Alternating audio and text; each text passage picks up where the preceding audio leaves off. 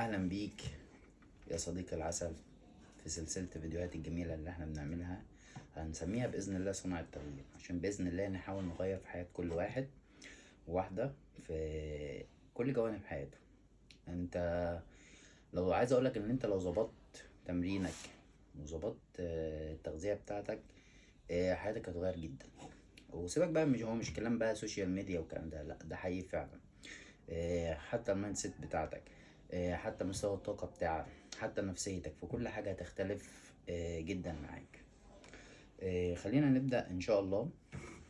نبدأ في سلسلة التغذية النيوتريشن. مبدئيا كده، اوعى لما تيجي تبدأ تعمل دايت او تبدأ ان انت يعني تمشي في الطريق الصحيح، ان انت تاخد نفسك من نقطة، تاخد نفسك من نقطة زد تو ايت انت كنت في الاخر. فانت مش هينفع تطلع في الاول وتتخطى كل الخطوات اللي في النص دي مرة واحدة. يعني ايه؟ بمعنى ايه؟ يعني انا النهاردة راجل، انا ما فهمش حاجة عن التغذية، ماليش اسلوب في الاكل، انا بقعد على الاكل باكل اللي في وشي.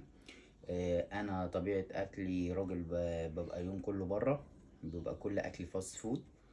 فما ينفعش ان انت تيجي خلاص عايز تظبط الكلام ده كله تقول لي بس انا هبطل اكل الاكل الفاست فود، انا هبطل اعمل كذا، هبطل. عايز اقول لك ان انت مش هتقدر تعمل الكلام ده. انا بقى خلينا نتكلم بواقعية. سيبنا من الكلام والمعلومات، معلومات كتيرة جدا في كل مكان. احنا عايزين نعرف ايه الطريقة او ازاي ان انا اغير اسلوبي.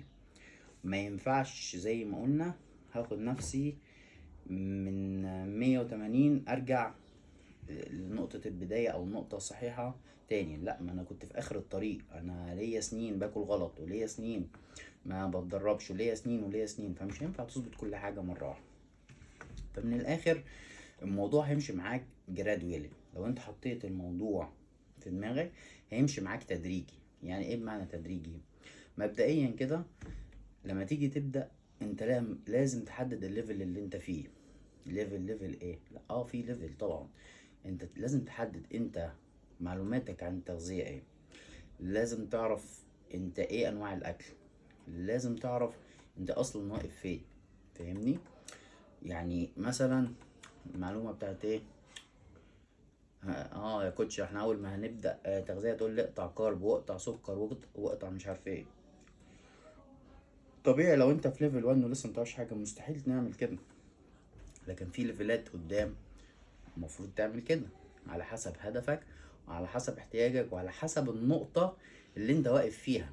انت راجل مثلا طالع على مسرح ولا طالع عندك بطولة، لا هتضطر تعمل الكلام ده.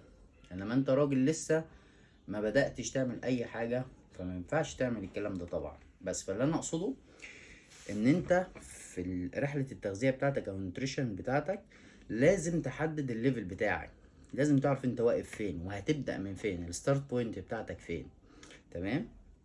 واحنا ان شاء الله في السلسلة دي هنتكلم، تمام، هنبدأ معاك من اول ليفل، وان شاء الله يعني هنتكلم في كل ليفل ايه اللي بيحصل. تمام؟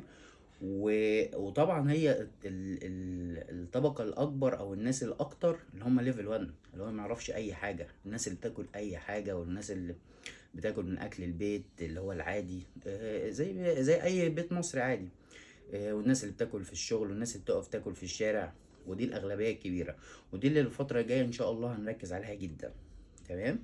هنتكلم عنها وهنتكلم عن هندي أمثلة ازاي تغير في وجباتك وازاي تمشيها مرحلة مرحلة من الفترة اللي جاية. وان شاء الله الفيديوهات اللي هنعملها والسلسلة اللي هنعملها تبقى مفيدة للناس كلها.